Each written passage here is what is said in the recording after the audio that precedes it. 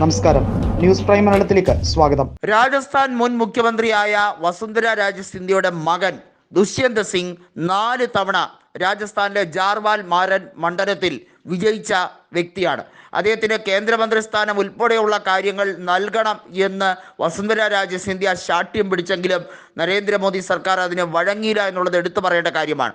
ഇക്കഴിഞ്ഞ നിയമസഭാ തെരഞ്ഞെടുപ്പിൽ രാജസ്ഥാനിൽ BJP വീണ്ടും വിജയിച്ചപ്പോഴും വസുന്ധര രാജ സിന്ധ്യയ്ക്ക് മുഖ്യമന്ത്രി പദവി കൊടുക്കാതെ അവരെ തഴയുകയായിരുന്നു.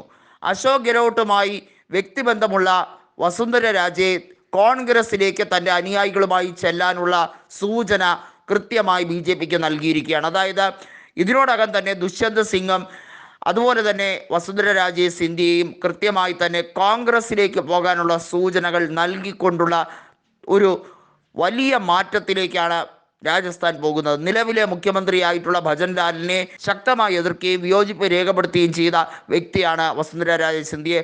അതുകൊണ്ട് തന്നെ അദ്ദേഹത്തിനെ തടയാൻ വേണ്ടി കൃത്യമായി കോൺഗ്രസിലേക്ക് വസുന്ധര രാജ സിന്ധ്യ പോകാനുള്ള സാധ്യതയുണ്ട്. നിലവിൽ ജാൽറ പത്താനിലെ MLA മാത്രമാണ് വസുന്ധര രാജ സിന്ധ്യ. അധികാരം കിട്ടിയിട്ടും വസുന്ധരയെ മുഖ്യമന്ത്രിയാക്കാത്തതിൽ അവരുടെ അനുയായികൾ വലിയ രീതിയിൽ രോക്ഷാകുലരാണ്. ഇത് കൃത്യമായി അശോക് ഗെഹ്ലോട്ട് പറയുന്നുമുണ്ട്. വസുന്ധരയെ കാട്ടി വോട്ട് പിടിച്ചിട്ട് ഒടുവിൽ കൃത്യമായി തന്നെ BJP അവരെ ചതിക്കുകയായിരുന്നു. അതിന് മറുപടി കൊടുത്തിരിക്കുന്നത് ഇലക്ഷനിലെ ഉപതെരഞ്ഞെടുപ്പിലൂടെ ആയിരുന്നു. അവിടെ ഭജൻലാൽ സിംഗിൻ്റെ മന്ത്രിസഭയിലെ മന്ത്രി തോറ്റതുൾപ്പെടെയുള്ള കാര്യങ്ങൾ ചൂണ്ടിക്കാട്ടിയാണ് കോൺഗ്രസിൻ്റെ നേതാവായ അശോക് ഗെഹ്ലോട്ട്, മുൻ മുഖ്യമന്ത്രിയായ അശോക് ഗെഹ്ലോട്ടിൻ്റെ ഈ ആരോപണം വന്നിരിക്കുന്നു എന്നുള്ളത് എടുത്തു പറയേണ്ട കാര്യമാണ്. നിലവിലെ സാഹചര്യത്തിൽ ലോക്സഭാ തെരഞ്ഞെടുപ്പിൽ രാജസ്ഥാനിൽ കോൺഗ്രസ് മിന്നുന്ന നേട്ടമുണ്ടാക്കും എന്ന് തന്നെയാണ് പറയപ്പെടുന്നത്. കാരണങ്ങൾ ഒത്തിരിയാണ്. ഒന്നാമത്തെ കാര്യം, കോൺഗ്രസ്സിന് അവിടെ തിരിച്ചു വരവിനുള്ള എല്ലാ സാധ്യതകളുമുണ്ട്.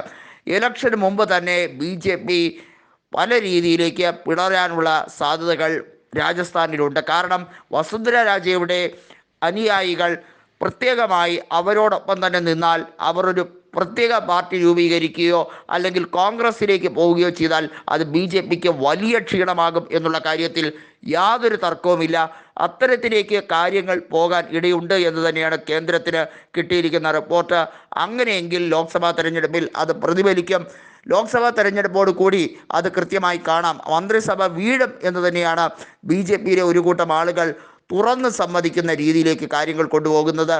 അങ്ങനെയെങ്കിൽ വസുന്ധര രാജ സിന്ധ്യ ഒരു ട്രബിൾ ഷൂട്ടറായി BJPക്കെതിരെ മാറും എന്നുള്ള കാര്യത്തിൽ ഒരു സംശയമില്ല.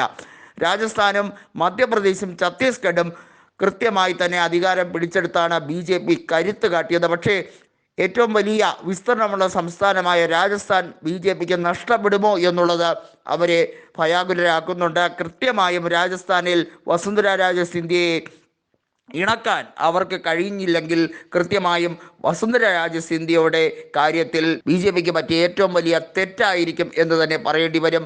ജാൽറ പത്താനിൽ മാത്രം ഒതുക്കിക്കൂടേണ്ട ഒരു നേതാവല്ല വസുന്ധര എന്ന രീതിയിലേക്ക് അവരുടെ അനുയായികൾ പോസ്റ്ററുകൾ ഉൾപ്പെടെയുള്ള കാര്യങ്ങൾ ഒട്ടിച്ചിരുന്നു. അതുൾപ്പെടെ ഇവിടെ ചർച്ച ചെയ്യപ്പെടേണ്ട ഒരു കാര്യമാണ്. ഏതായാലും വസുന്ധര സിന്ധ്യ അനുകൂലികൾ ഒട്ടിച്ച പോസ്റ്ററുകൾ, ഫ്ലക്സുകൾ, ബാനറുകൾ ഇതൊന്നും കണ്ടില്ല എന്നോ കേട്ടില്ല എന്നോ പറഞ്ഞ് നിഷേധിച്ച് തള്ളാൻ ഒരിക്കലും BJP നേതൃത്വത്തിനാവില്ല. അത് തീർച്ചയായും ലോക്സഭാ തെരഞ്ഞെടുപ്പിൽ പ്രതിഫലിക്കുക തന്നെ ചെയ്യും.